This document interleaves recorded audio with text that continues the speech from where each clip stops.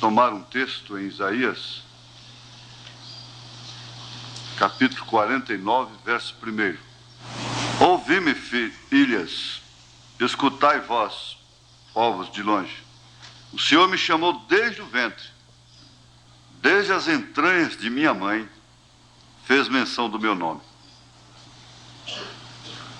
Senhor Deus, nós estamos com uma maratona de ensinamentos, de bênçãos.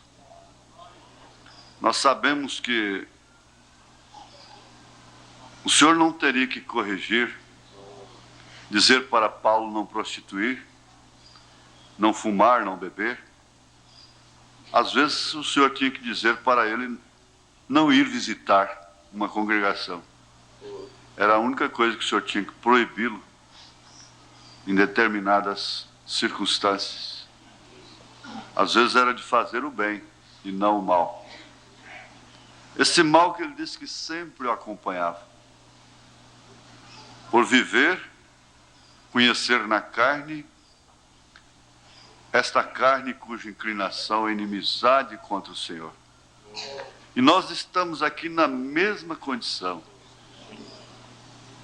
Na mesma condição no sentido da carne, mas nunca na mesma condição no espírito. Porque o profeta disse que ninguém pode igualar a Paulo. Ele sacrificou tudo, todos os seus direitos, até mesmo de levar uma esposa consigo como Cefas. E tudo foi sacrificado. Mas uma coisa nós queremos agradecer unanimemente, é que o seu ensinamento chegou a nós. Exatamente como ele ensinou. E esse foi o consolo do irmão Branham naquela visão. Ele disse, eu ensinei exatamente o que Paulo ensinou. E Paulo disse, eu ensinei a vocês o que o Senhor me ensinou. Eu recebi do Senhor o que também vos transmito. E nós, essa confiança nós podemos ter. Graças a Deus. Glória a Jesus. Agora, Senhor, desde já nós colocamos a viagem de cada obreiro, cada irmão, cada irmã, de retorno para os seus lares. Em nome de Jesus Cristo. Perdoa os nossos pecados. E ajuda-nos a aproveitar o tempo com a inteligência de Deus, com a ciência de Deus, em nome de Jesus Cristo. Amém. Assentai-vos. A tensão é muito grande. Vocês têm que entender que por mais que você pratique, por mais que você exercite, isso é uma coisa que nunca a gente se acostuma. Às vezes, antes de pregar ali, a gente está com dor no estômago. E não é de fome. E dá aquele queimor, e você fica agitado, não é? Então, tem que haver, como o profeta fazia, às vezes, um período, uma introdução para, inclusive, dominar os espíritos. Dominar os espíritos de uma congregação santa e fiel como vocês não é difícil, porque eles já estão dominados. Você já sai de casa compungida, compungido. Nós não viemos aqui para mostrar roupa, para mostrar beleza, para mostrar sapatos, sabedoria, nada disso. Então nós viemos aqui para louvar, sermos exortados, redarguidos, animados, não é? Consolados. Então é isso que nós fazemos quando viemos para a casa de Deus. Mas de todos os modos, o inimigo sempre está na reunião dos santos. A irmã Meda, a esposa do irmão Branham, chamou-lhe a atenção de uma mocinha de 15, 16 anos, uma adolescente, que ela chegava na igreja com a sua boinazinha na cabeça, e era todo o tempo lendo as Escrituras e orando ali em espírito, antes de começar o culto. Uma adolescente que, por certo, teria muito o que fazer na porta da igreja, no pátio, que é muito adequado para isso, eu conheço lá, muito próprio para companheirismo. Mas, no entanto, ela chamou a atenção. E ele fez menção disso, e isso está numa mensagem pelo mundo todo, aquilo que aquela mocinha fez. Aquele método que ela tinha para com a igreja. Ah, mas se eu ficar desse jeito, eu não caso nunca. Pelo contrário, aí é que você vai casar. Porque o verdadeiro homem, o verdadeiro cristão, por sua vez, ele está procurando uma moça dessa natureza. Não é dessas que ficam aí brigando por causa dele aí na porta da igreja, não. Fazendo dele um Dom João. Fazendo dele um pássaro raro. Porque tem muitas moças e poucos rapazes. Então tem que correr, tem que tomar. Uma puxa para um lado, outra puxa para o outro. Um fica com a manga da camisa, outro fica com a outra manga. Não, pelo menos o botão da camisa eu fico com ele. Quer dizer, um rapaz maduro, experimentado, que pensa como aquele rapaz lá de Chicago, não comparando mal, me perdoe, ele vai procurar, você sabe, não é? Agora você não vai manufaturar isso não, que você vai, não é? Não manufature. Peça a Deus, conscientize disto, do espírito do culto. Isso é bom para você em todos os aspectos. Bem como os rapazes também. Você pensa que a moça mesmo revelada, ela está engraçada com seu cabelinho de galã? Às vezes o pai dela, ela tem fotografia do pai, o pai era um galã quando casou, hoje é um careca.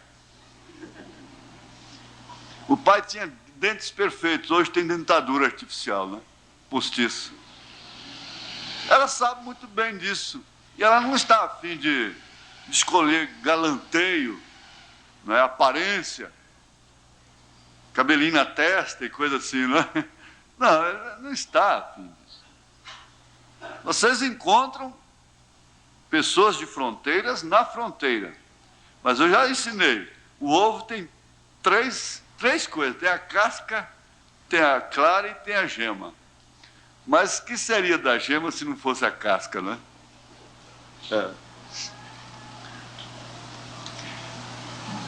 O sacerdócio. Eu quero pedir o pastor Adil para sentar aqui perto, ele já está aqui. E, se ele quiser, pode dar seu bom dia para São Paulo também. Ele fazer uma leitura aqui que está em Êxodo 40, verso 15. Eu coloquei em ordem para ele. Ele já sabe qual é a próxima, ou quais as próximas, não é? Depois. Vamos ver aqui, pastor Adil, Êxodo capítulo 40, verso 15. Por favor.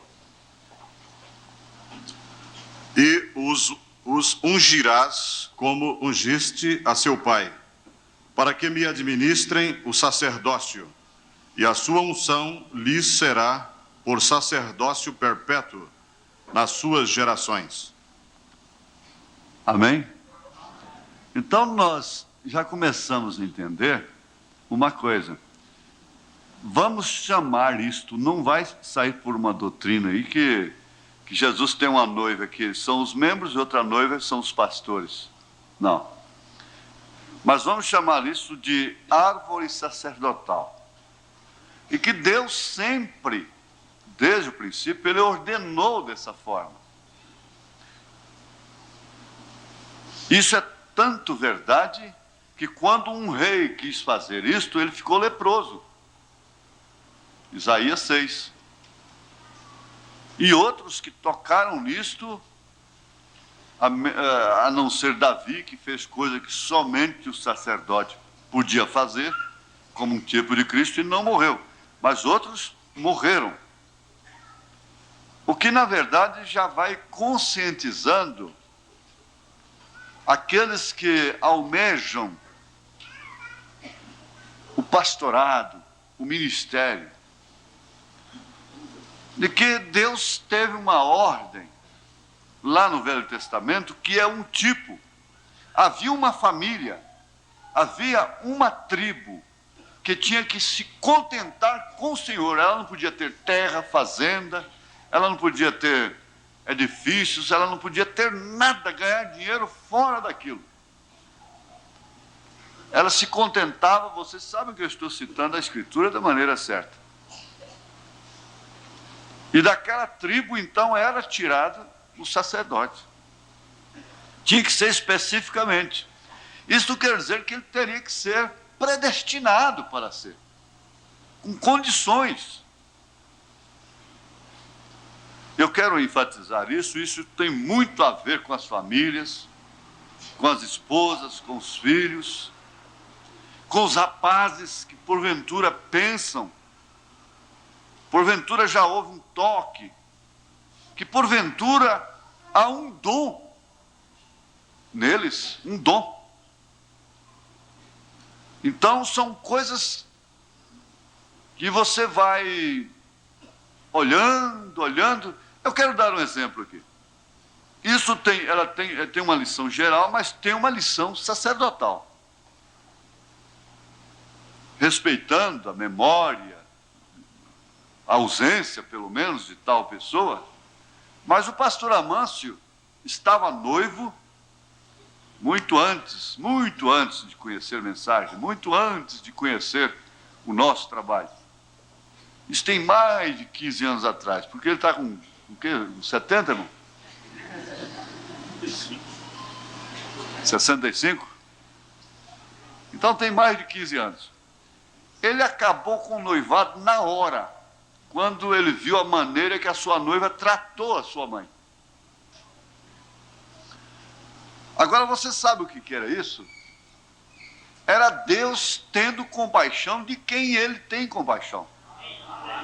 Tendo misericórdia de quem ele tem misericórdia. Isso é a predestinação. Porque um rapaz com um conhecimento parco, mas na verdade com um leito que é um exemplo, essa família é um exemplo. É uma família distinta, é uma família de cor, mas não, tem que tirar o mas. É uma família de um lugar especial no coração de cada um de nós aqui.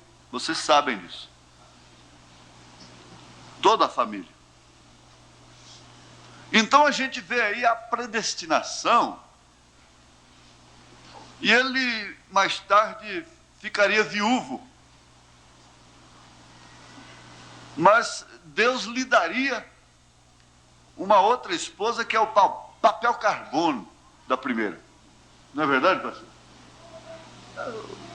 Acho que está lá no Japão essa hora. Ah, está ali. Não é verdade? Agora, isso aí nos é respondido, por isso que eu falo, tem que haver critério. Quando nós fazemos determinadas escolhas, nós refletimos um mau caráter. Tanto a mulher como o homem. Nós refletimos uma personalidade deformada. Porque Deus dá sinais. E um pequeno sinal, quando o homem está orando, a moça está orando, é tudo. Mas eu já disse aqui, pode passar um filme para ela do futuro, do que ela vai passar, ela vai casar-se do mesmo jeito. Eu quero dizer aqui, moças, o casamento misto pior que está havendo, se você casa com um moço que não é crente, é uma coisa maligna. Esteja certo de Deus, parágrafos 6 e 7. É uma coisa maligna que você vai fazer. Aquele casamento misto. E 2 Coríntios capítulo 6. Desde o Velho Testamento. Agora, se você casa, está bem, você comete essa coisa maligna. Aquele rapaz pode até um dia se converter. Tudo bem. Mas se você casa com um rapaz que está metido com pastores que não são desse companheirismo, metido em doutrinas perversas, que vivem difamando, porque há muitos pastores que estragam membros, dando-lhes companheirismo que um sacerdote não deveria dar. E daqui a pouco esse membro está tirando oferta, mandando para ele, tirando dízimo, mandando para ele, e essa coisa toda. Você não deve ter nenhuma amizade mais forte do que aquela que você tem com sua esposa, com seu marido. Você não deve ter nenhuma amizade mais forte, nenhuma confiança, nenhum melhor tratamento mais forte do que aquele que você tem com o seu pastor. E para muitos, melhor fora que eles nunca tivessem um relacionamento pessoal com o pastor, uma amizade particular, para muitos. Você que casa com um moço que não está enquadrada nesse espírito, que você está fazendo uma coisa super maligna, não é maligna não. E tem uma coisa, não vai ter jeito não, porque o descrente um dia pode se converter, mas esses marcados por essas doutrinas de grupos da mensagem, que o irmão Branham mesmo disse, que são piores do que as denominações, esses nunca se converterão. Mas tudo isso envolve, em relação ao homem, a predestinação, o caráter, o critério, a personalidade. Então, às vezes, a gente diz, você pode ouvir uma pessoa dizer, isso foi falta de caráter. Ele está se referindo quando ele fez a sua escolha, quando ela fez a sua escolha. Isso não quer dizer que ele não tenha caráter, que ela não tenha caráter. Mas aquela escolha faltou o caráter. E o sacerdote, voltando agora para dentro do assunto, o sacerdote tem uma unção perpétua. Foi o que ele falou. Quando essa unção vem, quando este homem estava realmente na árvore sacerdotal, não há nenhum mal que possa impedir aquele ministério. Nada impede, nada pode barrá-lo.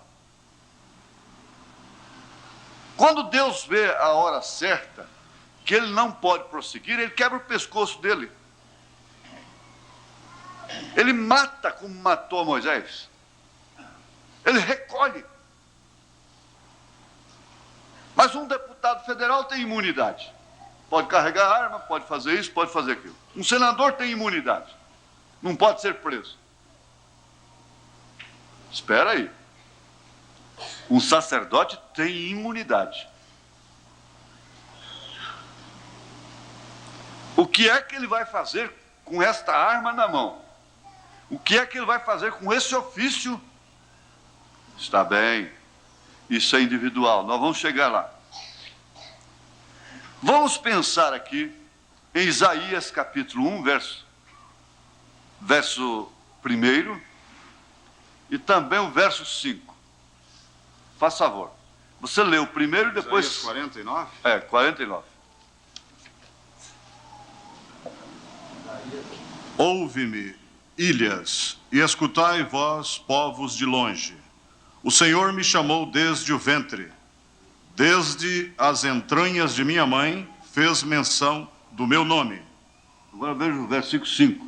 E agora diz o Senhor, que me formou desde o ventre para seu servo, que lhe torne a trazer Jacó, mas Israel não se deixou ajuntar. Contudo, aos olhos do Senhor serei glorificado, e o meu Deus será a minha força. Amém.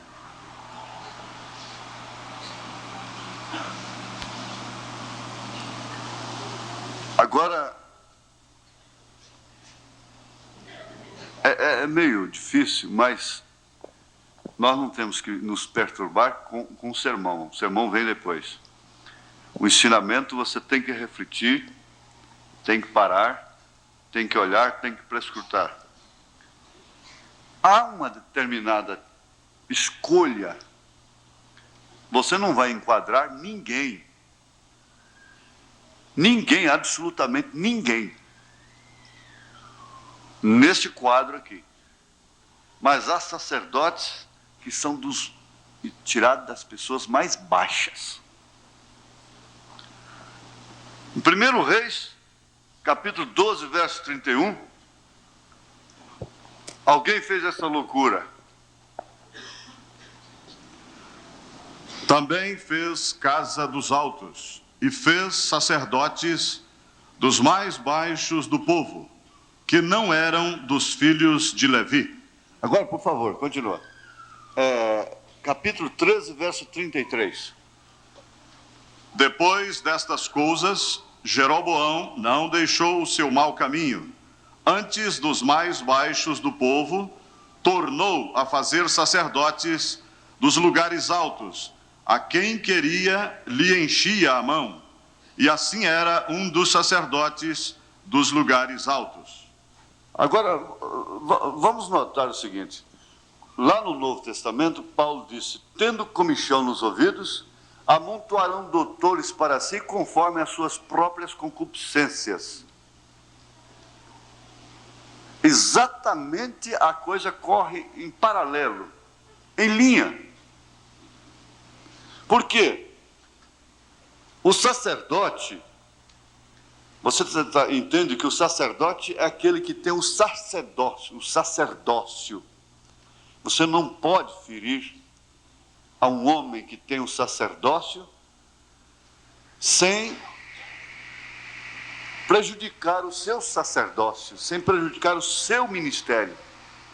E a responsabilidade dele é tanta, porque ele é quem leva a arca. Veja em Josué 3, verso 8. Veja. Tu, pois, ordenarás aos sacerdotes que levam a arca do concerto, dizendo: quando vierdes até a borda das águas do Jordão, parareis no Jordão. E quando Davi fez isto de uma maneira errada, pelo poder do dinheiro, o que é muito feito e nós não percebemos, e quando começa alguém a gozar de certa posição especial na igreja por causa de sua posição financeira, e estas coisas todas, eles passam a tocar na arca de uma maneira tão ingênua, tão natural. E você hoje, eu tenho encontrado, reunido com anciãos de igreja, e encontrado assim, que o pastor está nas mãos deles. Então um levanta e diz: eu não aceito. O outro diz: eu não aceito. O outro diz: eu aceito. O outro diz: eu não aceito. Então eu vejo ali, tudo na mão do homem. Que risco, que dificuldade. Nós falamos sobre a Dalila ciência, não é? A Dalila ciência. E às vezes, a Dalila é a própria esposa, é quem mais rouba força. A Dalila são os filhos. A Dalila são as circunstâncias que vão enredando aos poucos. Agora, quem é que leva a arca? É o sacerdote. O que tem dentro da arca? Então, lembrando bem, Deus tinha nos seus lombos essa árvore sacerdotal. Ele tinha nos seus lombos essa árvore sacerdotal. Agora, eu quero perguntar uma coisa. Existia, dentro dos tipos, nos símbolos, sacrifício pelos erros do sacerdote? Está escrito que havia sacrifício pelos erros do sacerdote. E o pastor Adil vai ler Levítico 4, de 1 a 12. Falou mais o Senhor a Moisés, dizendo: Fala aos filhos de Israel, dizendo: Quando uma alma pecar por erro contra alguns dos mandamentos do Senhor, acerca do que se não deve fazer, e obrar contra algum deles, se o sacerdote ungido pecar para escândalo do povo, oferecerá pelo seu pecado que pecou um novilho sem mancha ao Senhor, por expiação do pecado, e trará o novilho à porta da tenda da congregação perante o Senhor, e porá a sua mão sobre a cabeça do novilho, e degolará o novilho perante o Senhor. Então o sacerdote ungido tomará do sangue do novilho e o trará à tenda da congregação. E o sacerdote molhará o seu dedo no sangue, e daquele sangue espargirá 7 vezes perante o Senhor, diante do véu do santuário. Também porá o sacerdote daquele sangue sobre as pontas do altar do incenso aromático, perante o Senhor que está na tenda da congregação. E todo o resto do sangue do novilho derramará à base do altar do holocausto, que está à porta da tenda da congregação. E toda a gordura do novilho da expiação tirará dele, a gordura que cobre a fressura, e toda a gordura que está sobre a fressura, e os 2 rins, e a gordura que está sobre eles, que está sobre as tripas, e o redenho de sobre o fígado com os rins tirará, como se tira do boi do sacrifício pacífico. E o sacerdote a queimará sobre o altar do holocausto, mas o couro do novilho e toda a sua carne, com a sua cabeça e as suas pernas, e as suas entranhas e o seu esterco, todo aquele novilho levará fora do arraial a um lugar limpo, onde se lança a cinza, e o queimará com fogo sobre a lenha, onde se lança a cinza se queimará. Irmãos, famílias, congregações, descansem. Descansem. Ele fará sacrifício por si próprio. E Deus, e pelo do povo. E Deus tratará com ele, pode deixar. Agora, aqui, veja aqui. Eles violavam o sábado e ficavam sem culpa. Foi quem disse aí, foi Jesus, não foi? Foi. Aonde? São Mateus, capítulo 12, versículo 5. Ou não tendes lido na lei que aos sábados os sacerdotes no templo violam o sábado e ficam sem culpa? Agora, você sabe o que significa violar o sábado lá no Velho Testamento? Era quebra de mandamento. Então, por amor do povo, Deus lhe concede uma imunidade, uma certa imunidade. Isso é certo. E tudo isso carregando um tipo. Agora nós vamos aprender uma coisa tremenda. Está em Isaías 24, verso 2. E o que suceder ao povo, sucederá ao sacerdote, ao servo como ao seu senhor, à serva como à sua senhora, ao comprador como ao vendedor, ao que empresta como ao que toma emprestado, ao que dá usura como ao que paga usura. Às vezes nós temos... eu não vou ler essa pergunta e resposta do irmão Brana, porque ele deu um presente, um colar para a irmã Medo. E Pedro disse que não com joias. Então eu não vou ler isso para a igreja. É um direito que a igreja tem que conhecer.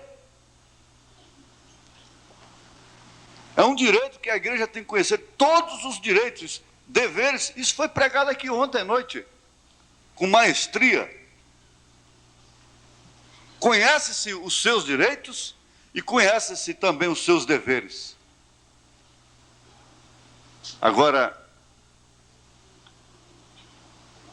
o que sucede ao povo, sucede também ao sacerdote, sucede também à sua família, Porque Deus não permitiu que anjos sem casar, anjos sem sexo, vocês querem ver quando eles querem abusar, criticar, censurar uma perda de tempo em diálogos, eles dizem, eles ficaram lá discutindo o sexo dos anjos. Ora, Deus não permitiu que os anjos fossem ministros. Porque eles não tinham esposa para cortar cabelo, eles não tinham esposa para pintar as unhas, eles não tinham filhos para ser homossexual, eles não tinham filhos para roubar, ser maconheiro, eles não tinham filho para nada disso. E o que sucede ao povo, sucede ao sacerdote, porque caso contrário, ele não saberia ter compaixão dos demais. Porque todo santarrão não tem dó de ninguém. Não tem pena. Não volta aos 17 anos de idade, quando ele tinha 17 anos, para ajudar um moço, uma moça. Ele não volta lá. Todo legalista, todo fariseu. Então isso aí não ficou somente que agora o sacerdote tinha família. Ele tinha família. Ele tinha filhos. Eli quebrou o pescoço porque ficou só repreendendo os filhos, não tomou posição. Mas, no entanto, foi quem deu a palavra para Ana. E daquela palavra que veio um dos maiores profetas de então, Samuel. Está bem? Então, eu não vou demorar nesses detalhes, porque você sabe que isso aqui daria um vasto tempo. O que sucede ao povo sucederá ao sacerdote. E outra coisa, até o sacerdote e o profeta erra quando se embriaga. Vamos ver Isaías 28, 7. Mas também estes erram por causa do vinho, e com a bebida forte se desencaminham. Até o sacerdote e o profeta erram por causa da bebida forte. São absorvidos do vinho. Desencaminham-se por causa da bebida forte. Andam errados na visão e tropeçam no juízo. Espera aí. Se embriaga somente com vinho? Ontem nós ouvimos no filme do irmão Branham aqui. Se você tem um carro, pode ser um ídolo. Uma casa pode ser um ídolo. E a idolatria embriaga. Embriaga você com aquela filha, com aquele filho, com aquele marido, com aquela mulher. Você tem que lembrar que primeiro é Deus e segundo que é a família. Terceiro é você. Isso não é só para o homem, não. A mulher tem que saber que primeiro é Deus para ela, segundo é o marido dela. Aqui na terra, o marido dela é o primeiro. Humanamente falando. E se embriagam tanto com a ciência, se embriagam tanto com as coisas terrenas, que por fim não sabem aplicar a justiça. Agem por conveniência, começam a sonegar, começam a transgredir daqui, dacolá, agindo por conveniências. E daqui a pouco está todo enredado, todo embaraçado. Como está o povo? O povo está embaraçado. O povo está vivendo a recessão. O povo está crucificado. Todos os dois ladrões estão crucificados. Agora, vejamos aí em Lucas 21, 34. O que Jesus recomenda? E olhai por vós, não aconteça que os vossos corações se carreguem de glutonaria, de embriaguez. Comendo demais. De embriaguez e dos cuidados da vida, e venha sobre vós de improviso aquele dia. E você sabe que há na Bíblia Sagrada, em Apocalipse, é um cálice. Quando se fala em cálice, lembra-se de vinho. O cálice da fornicação. Isso traz o adultério espiritual. Nós não temos tempos, mas vai lá para casamento e divórcio, parece parágrafo 201. O irmão Branham mostrando adultério espiritual doutrinas falsas. Se embriagam, pois não tem jeito. A pessoa que... Você pode errar, se você adultera fisicamente, é um pecado que tem perdão. Se você mente, você rouba, se você faz tudo isso, tem perdão. Mas se você entrar para uma doutrina falsa, depois de iluminado, depois de ter luz que você tem, não tem retorno. Não tem retorno. E isso embriaga, isso tira o sentido, tira a justiça. Blasfema, chamam a igreja de chiqueiro, chamam a igreja de porca, chamam a igreja de denominação, chamam o ministro de papa, difama de todos os jeitos, blasfema. E se for o Espírito Santo que está ali, está chamando o Espírito Santo de porco? Melhor que vocês fariam era nunca ir nessas fronteiras das difamações. Eu já andei por boa parte do mundo, e uma coisa eu entendi claramente, que há um povo em todo o mundo que tem esse mesmo espírito que nós temos. E eu conheci outros, encontrei esses problemas lá, e todos que creem de uma maneira diferente, eles são difamadores. Todos eles são difamadores.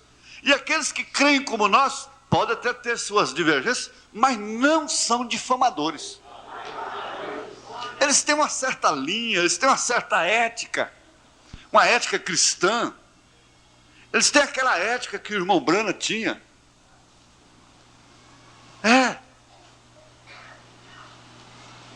Você vê que coragem tiveram de dizer a respeito de um homem que Deus fez e perdeu a forma, segundo as palavras do irmão Brana. Jogou tudo por cima daquele homem de bom. E o irmão Brana sabia o que o irmão Neville ia sofrer, ia passar. Eu vi o irmão Neville na cadeira de rodas. E uma pessoa, com todo respeito, eu faço menção disto, falou para mim: irmão Neville está na cadeira de rodas porque não crê na ressurreição do irmão Brana.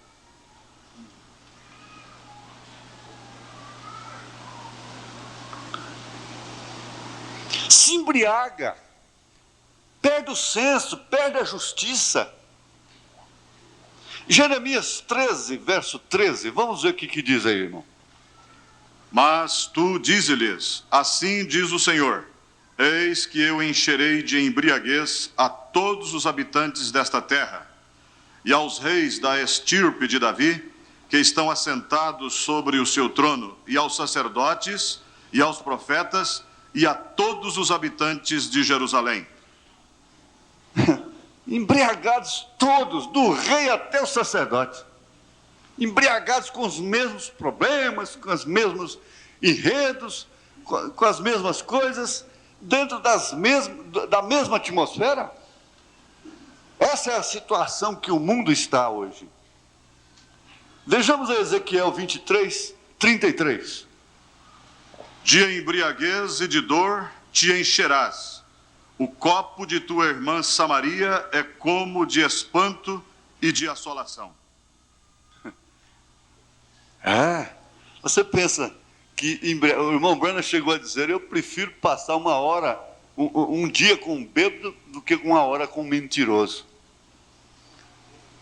Você pensa que somente o bêbado é que está perdido. O bêbado está perdido. Coitado, ele é um bêbado. E aí o Jim vem cambaleando lá no altar e diz: Senhor Jesus, aqui está o Jim. Vai lá de novo no outro dia: Senhor Jesus, aqui está o Jim. Volta lá no outro dia: Senhor Jesus, aqui está o Jim. Mas na hora que ele estava em coma lá, que o pastor chegou, ninguém foi visitá-lo. O pastor que estava vigiando ele abriu os olhos e disse: Jim, eu sou aquele pastor daquela igreja que você entrava lá e falava: Jesus, aqui está o Jim. Ele falou: pois é, pastor, ele acabou de sair aqui agora. Ele chegou aqui e disse assim: Jim, aqui está Jesus. Aqui está Jesus, aqui está Jesus. O bêbado tem salvação. O ladrão tem salvação. A meretriz tem salvação. Mas fariseu não.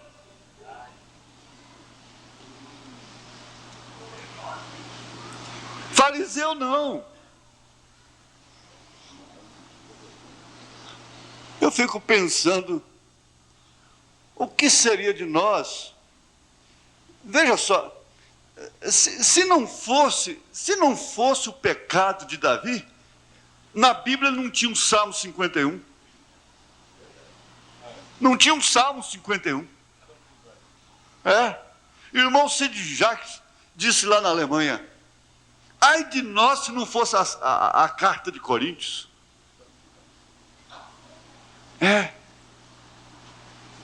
Havia um sacerdote que estava tão envolvidos que eles como que eu já entendi que eu não sou pastor, o negócio não dá certo e tal, mas o que eu vou comer depois, gente? Ou então, coisa boa é ser pastor. Tem terno, pode botar um paletó toda noite no encontro. Tem carro, tem casa, tem avião, tem fazenda, tem tudo isso. Eu quero ser pastor também. Eu quero ser pastor também. Vamos ver Miqueias 3:11. Os seus chefes dão as sentenças por presentes, e os seus sacerdotes ensinam por interesse, e os seus profetas adivinham por dinheiro, e ainda se encostam ao Senhor, dizendo: não está o Senhor no meio de nós? Nenhum mal nos sobrevirá. Deus está abençoando, podemos carregar saco de dinheiro, não é? Saco de dinheiro. Só tem uma coisa, que antes deles carregarem saco de dinheiro lá no Maracanã, a Roma levou quase todo o ouro do Brasil lá para o Vaticano. E está levando até hoje. Não defendendo os sacos de dinheiro, né? E nos lábios do sacerdote, eu tenho que abreviar, porque meu tempo vai indo. Os lábios do sacerdote têm a vida de cada obreiro nas mãos. Nos lábios do sacerdote tem a vida de cada pessoa. Nos lábios do sacerdote tem a vida, tem a estupidez, a ignorância, tem tudo isso, não é? Mas vamos ver em Malaquias 2:7. Malaquias 2:7. Porque os lábios do sacerdote guardarão a ciência, e da sua boca buscarão a lei, porque ele é o anjo do Senhor dos exércitos. Então é aí que tem a coisa. Pregar aqui é pregador. O sacerdócio está lá na hora difícil. O sacerdócio está na hora difícil. Na ciência para ensinar, para ajudar. Na ciência para botar fim ao alvoroço. Você sabe que o irmão Branham não fazia alvoroço com notícia nenhuma? Mas quem disse foi ele. Ele disse, se Deus se tirar a mão de misericórdia de mim, eu entro por um caminho muito pior que ele. Agora fica parecendo que estamos em defesa de alguma coisa? Não! Nós estamos em defesa do povo. Oferece por si mesmo e pelo povo.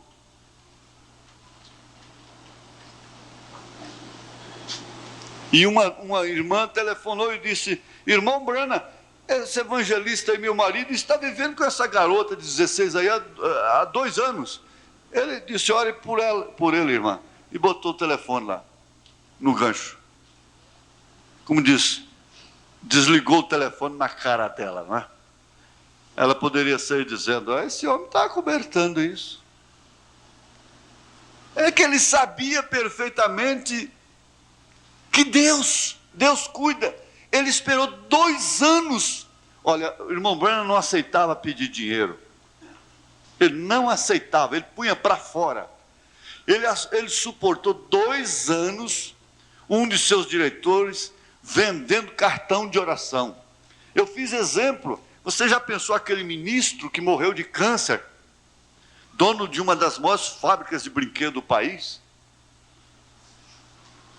Soubesse que um pastor desse, ou eu, ou pastor de São Paulo, ou de qualquer cidade, ou aquele homem lá, para receber a oração dele, tem milhares na frente. Tem que ter um cartão de oração. Eu tenho um aqui, mas custa $5.000. Ou 5 milhões de dólares. Vamos supor. Ele daria na hora. E seria curado. E o irmão Branham, sabendo disso por 2 anos.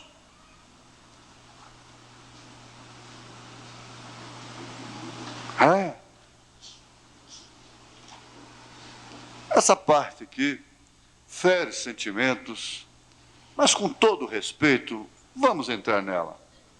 Me pega aqui, por favor. O parágrafo 185. 185.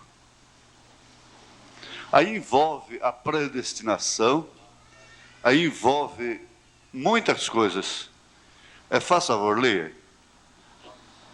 O sacerdote, o pastor, não pode casar-se com moça que já foi tocada por outro homem. Nenhum pastor pode casar-se com uma viúva. Você sabia disto? Vocês querem ler isto? Está bem? Você procura em Levíticos, capítulo 21, verso 7, Ezequiel 44, verso 22, e isto irá mostrar-lhes que os pastores não podiam casar com uma mulher que tinha sido tocada por homem.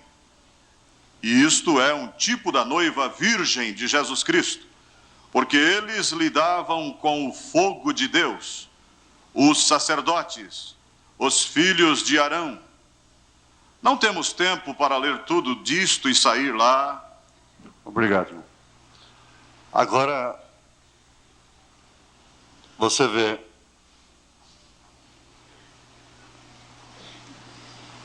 o simbolismo disto. Lá no fim de Casamento e Divórcio, o irmão Branham disse: fiquem como foram chamados. Eu sei de um irmão, obreiro, que era pastor, quando o irmão Branham pregou isso aqui. Ele é meu amigo. E ele parou de pregar assim que ouviu esta mensagem. Porque ele tinha se casado com mulher divorciada.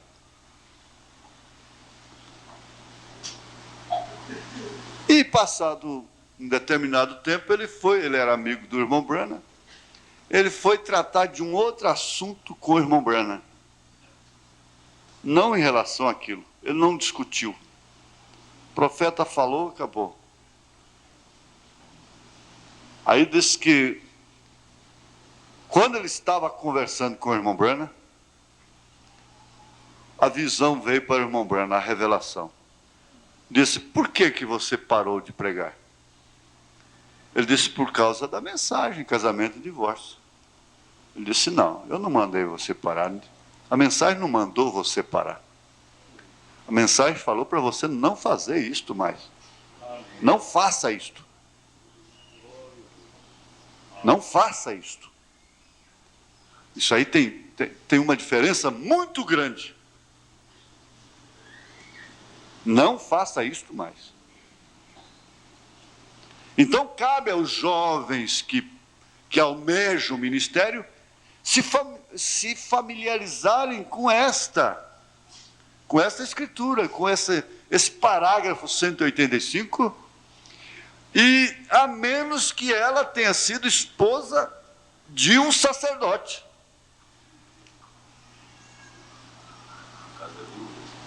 No caso né, que ela era viúva do sacerdote, então o sacerdote podia casar com uma viúva que fosse viúva do sacerdote, que tinha sido esposa do sacerdote. Então agora vamos chegar ao final, porque o outro período, a gente pregar dessa forma é custoso ensinar, não é? Mas vamos lembrar agora de que Paulo também foi elegido desde o ventre de sua mãe. Gálatas 1,15. Eu não te dei, não, né? Aí ele disse: mas aprove a Deus que desde o ventre de minha mãe me separou e me chamou pela sua graça. Agora, você tem que entender o seguinte: o que fazer com um homem que foi chamado desde o ventre de sua mãe para ser um pastor? Ele está na sua mão, mulher,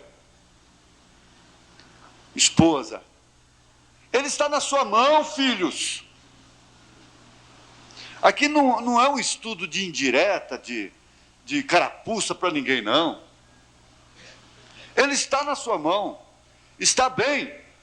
Jesus esteve nas mãos de Pilatos. Que farei de Jesus chamado Cristo? Mas uma coisa tem que ficar sabendo, vocês têm que ficar sabendo, que se esse homem foi escolhido desde o ventre de sua mãe, está na árvore da predestinação de Deus, aí é onde eu digo, é por isso que a mulher de Wesley fazia até campanha contra ele, mas não pôde impedir o ministério de um mensageiro da era de Filadélfia. Vocês que vão ouvir as fitas, têm que saber que de uma forma ou de outra, Deus vai cumprir a sua chamada para com esse homem. Deus vai cumprir. Ele passa por cima, se ele tiver que matar, ele mata. Vocês não terão felicidades, vocês não terão paz. Uma casa que é chamada para ser santa, ela é um inferno se ela não for santa. Uma pessoa que é chamada para ser santa, se ela não for santa, tem uma coisa mundana, ela não tem que, ela não se acerta nunca. Ela não tem jeito, ela não tem paz, ela não tem felicidade. E você tem que entender, rapazinho, que sua casa foi chamada para ser santa, separada. Você tem que entender, mocinha, que você tem um pai nascido, escolhido desde o ventre da mãe dele. Você tem que entender isso, e não adianta, você só vai causar danos para si mesma, para ele. Mulher, você tem que entender, muitas delas dizem, muitas já disseram e dizem: ah, se eu soubesse que você ia ser pastor, eu nunca teria me casado com você. São muitas que dizem: se eu soubesse que você ia ser pastor, eu nunca teria me casado com você. E há filhos que têm vergonha de dizer: meu pai é pastor. Filhas que têm vergonha de dizer: meu pai é pastor. Se envergonhando do maior honra que existe na terra. Se envergonhando do maior privilégio que existe na terra. Isto é certo. Agora, para entrar em outro assunto aqui, se tratando de Paulo, eu temo pelo tempo, mas nós estamos numa maratona, haverá um pequeno intervalo, e faz de conta que nós estamos ainda encerrando o nosso período hoje, né, pastores? Nós vamos fazer isso, nós vamos encerrar o período hoje, né? Das reuniões internas, né? Esse Paulo, irmãos, carece um pouco, porque ele escreveu aos Romanos. Essa carta aos Romanos, ela tem um conteúdo tão profundo. Você sabe que ele escreveu 14 cartas, incluindo Hebreus. E ele selou o seu ministério com o seu próprio sangue. Selou o seu testemunho com o seu próprio sangue. Ganhei aqui um livrinho, os pastores que estavam aqui dentro parece que ganharam. um diplomazinho das crianças. Eu vou ser advogado preto aqui, da cor preta, né? Ele diz aqui, esse corinho. Ele diz aqui, significado das cores. Preto, pecado. Vermelho, sangue de Jesus. Branco, pureza. Amarelo, ruas de ouro. Tudo bem, é um corinho, então não dá sentido, tudo bem. Mas aí eu me lembrei de uma coisa. O pecado não é preto, não. Aqui, ó. Porque escarlata não é preto, escarlata é vermelho. Vinde então e argui-me, diz o Senhor, ainda que os vossos pecados sejam como a escarlata, super vermelho, eles se tornarão brancos como a neve, ainda que sejam vermelho como o carmesim, se tornarão como a branca lã. Vermelho com várias tonalidades, a escarlata e o carmesim. Ainda que sejam vermelhos. Mas está bem o corinho, não é? Tudo bem, isso não tem nada a ver com coisa. E Paulo selou o seu testemunho com o seu próprio sangue. A tradição diz que ele foi decapitado em Roma e seu corpo enterrado nas catacumbas. Aliás, Pedro nunca foi em Roma. Paulo é que foi lá. Porque Pedro foi para a circuncisão e Paulo para a incircuncisão. E um padre escreveu assim, que o machado brilhava antes, o machado brilhava com o brilho do sol, né? O reflexo do sol, antes de ser ofuscado com o sangue do santo. Amputaram o seu pescoço com um machado. Mas nós vamos aprender alguma coisa aqui. O valor de uma boa notícia depende da fonte quem a deu. Você sabe que o valor de uma boa notícia, porque Paulo fez do seu ministério um motivo de boas novas. E o valor da notícia depende muito de quem está dando essa notícia. Você sabe que tem os noticeiros, né? Os boateiros. A bolsa de valor, o governo tem esse problema. Os boateiros derrubam a ação, levantam a ação. Os boateiros, né? Agora, Paulo não era um boateiro. Ele teve, de fato, em si, um ministério predestinado que chegou a ser selado com o seu próprio sangue. Ele disse, quanto a mim já estou sendo oferecido como o quê? Como sacrifício de libação, não é? O tempo da minha partida se aproxima, pelejei uma boa peleja, acabei a carreira, guardei a fé. Desde já está preparada uma coroa que o Senhor justo juiz me dará naquele dia, mas não somente a mim, mas também aos que amarem a sua vinda. Então, nessas notícias, nessas boas novas, nós encontramos que elas contêm tudo. Nós temos, você tem que entender o seguinte, que quando vem uma doutrina corretiva, ela é uma boa nova. A boa nova não é só aquela que cura o câncer, não é só aquela que mostra as ruas de ouro, não é só aquela que mostra os céus, as bodas do Cordeiro. Para que estas venham a se cumprir, serem alcançadas, é necessário que aquelas, as corretivas, as sacrificiais, sejam aceitas também como boas novas. E agora, quem é que está encarregado de entregar essas boas novas? Você não entende. O pastor não tem que se pôr aqui todo o tempo no púlpito em sua própria defesa. O irmão Branham deu esse exemplo, ele chegou a dizer, esse tabernáculo está precisando de uma matança, começando do púlpito até lá na portaria. Ele disse, não importa o quanto esta palavra me ofenda, porque eu mesmo estou todo enredado. Ele tinha problemas de família. Um irmão o procurou para dizer: irmão Branham, eu preciso falar com você. Irmão Branham já sabia o que era. Ele disse: eu não posso te atender. Ele disse: mas é problema de sua família. Ele disse: eu não vou te atender. Se eu parar para te ouvir, eu só vou caindo. Eu estava predestinado para...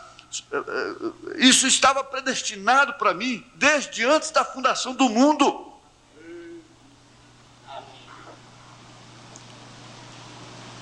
Dentro da dimensão humana, você tem que sofrer os problemas humanos.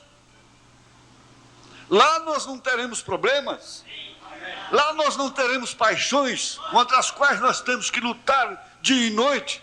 Elias era homem sujeito às mesmas paixões que nós somos.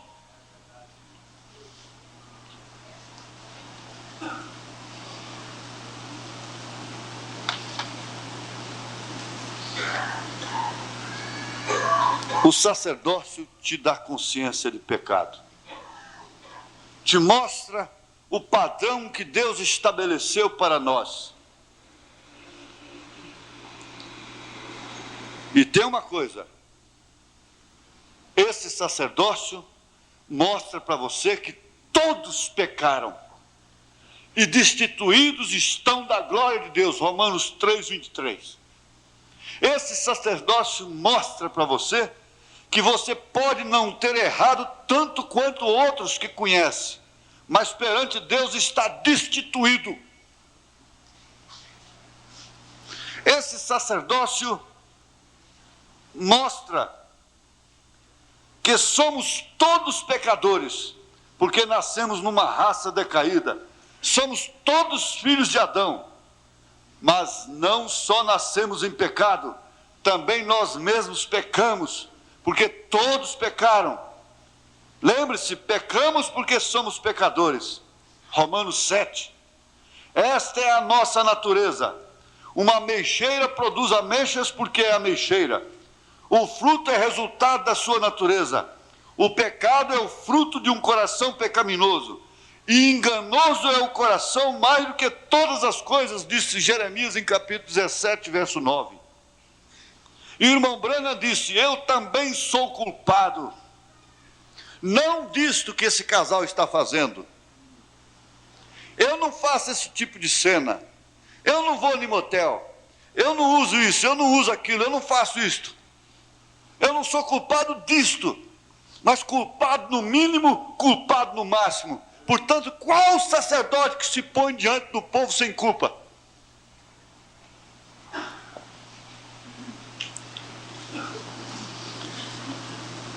Cristo só salva da pena do pecado. Digo, Cristo não só salva da pena do pecado, mas também nos liberta de uma consciência de culpa e do poder do pecado.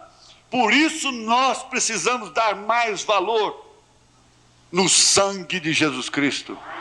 O resultado do pecado é um sentimento de culpa que você está carregando toda a vida. E ele atua de uma maneira inconsciente e afeta todo o seu sistema nervoso. Você trai e passa 10, 20, 30 anos e aquilo está te afetando constantemente. E como uma filha de Deus e como um filho de Deus, você não vai para o inferno por causa daquele pecado. Você tem que purgá-lo aqui. E ele é extirpado mediante a confissão a quem você deve. Quando alguém transgride a lei, sente-se culpado e procura o que fazer? Esconder-se. Foi isto que Adão, o primeiro homem, fez. Uma consciência culpada carrega o medo do castigo. O pecador está sempre procurando fugir das consequências da lei transgredida. Teme o juiz, não quer encarar a verdade, não pode olhar de olho firme no marido, não pode olhar de olho firme na esposa, não pode olhar cara a cara no companheiro. É por isso que os pecados do homem, sua consciência de culpa, o afastam da presença de Deus. Deus não precisa afastar o pecador. Ele próprio foge de sua vontade, ele próprio se afasta da comunhão, ele próprio vai embora Isso é o que vai acontecer no dia em que a ira de Deus for revelada. Apocalipse 6, 15 e 16. Ele vai sempre procurar se esconder. Ele vai clamar: monte, cai em cima de mim. E ele está clamando hoje, gente. Televisão, cai em cima de mim. Vai assistir um filme para cobrir uma consciência. Vai assistir um jogo para cobrir uma consciência. Aqueles montes caindo em cima dele, mas não adianta, não morre. Lá está a semente. Você é filha, você é filho. Amém? É. Qualquer presidente, governador ou rei pode perdoar um criminoso, mas nenhum deles tem poder para lhe tirar a culpa. Você continua culpado, culpado, culpado.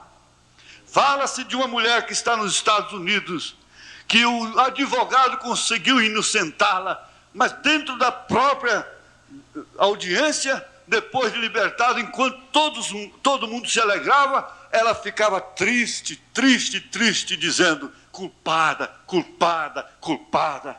É preciso aplicar ao ato de uma pena justa. Foi isso que Cristo fez. O salário do pecado é a morte. E visto que todos pecaram, Cristo veio para morrer e pagar a pena dos pecados cometidos contra um Deus santo. Aí então entra a propiciação, entra aquela mensagem da ceia aqui. Deus não é culpado de lassidão. Ninguém pode. Eu disse, o mesmo Deus que matou Ananias e Safira está aqui. É. Deus nunca se modernizou. Deus nunca ficou frouxo. Deus nunca tem que aceitar nada por condição. Aceitar uma esposa por condição, porque senão vai estourar tudo o reino dele. Vai causar um escândalo nos céus. Deus não tem que tolerar filhos. Não, Deus é incompatível com o pecado. E pecado no mínimo errado no máximo. Deus não deixa passar uma caneta, uma cabeça de alfinete. Por isso é que o Daniel Cury ficou sem lugar, até que ele entrou e disse: eu estou aqui por ele, porque lá ele esteve por mim, lá ele foi o sacerdote da minha justiça, lá ele publicou a minha salvação. Foi isso que aconteceu.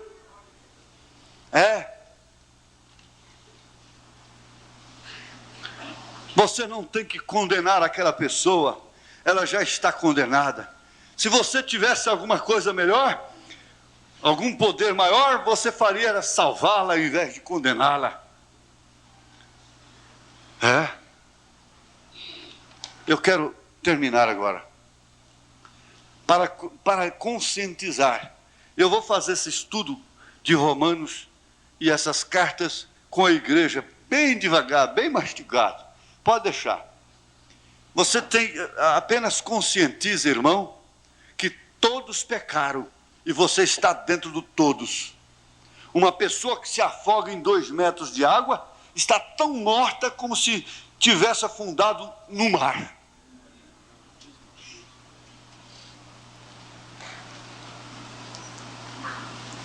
Esse tempo aqui em Aruanã, foi um pai e um filho com uma carreta enorme, uma Scania.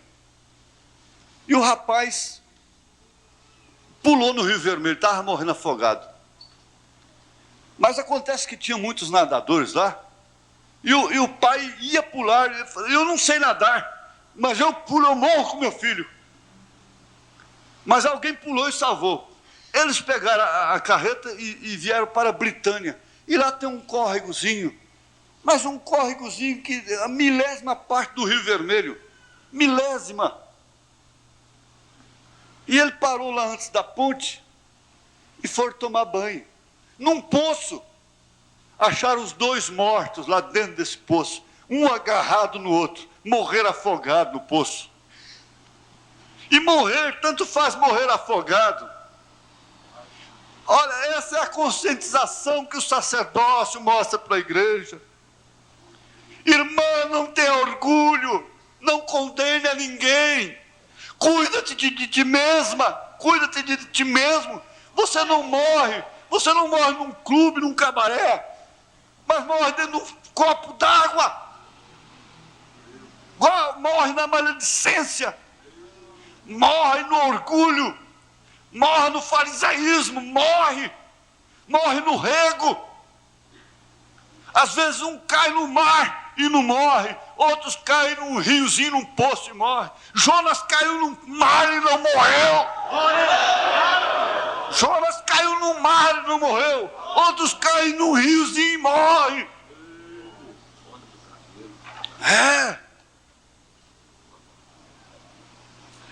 Você corta o cabelo e depois põe a condenar a prostituta. Um criminoso pode estar no fundo de uma mina e você lá no pico da mais alta montanha, mas você é tão incapaz de tocar nas estrelas quanto ele. Você aqui está mais alto do que ele, mas você é tão incapaz de botar a mão numa estrela como ele, que está mais baixo do que você aqui. Você não pode alcançar a justiça de Deus, exigida por Deus, por mais que você suba. Por mais que você suba. Por isso que haverá um batismo coletivo. Eu vou fechar isso aqui e parar. Por isso que haverá um batismo coletivo. Essa pedra coroa vem coletivamente. Não vai ter ninguém lá embaixo e outro lá em cima. Não haverá nenhum necessitado. Amém, amém. Glória a Deus. Amém.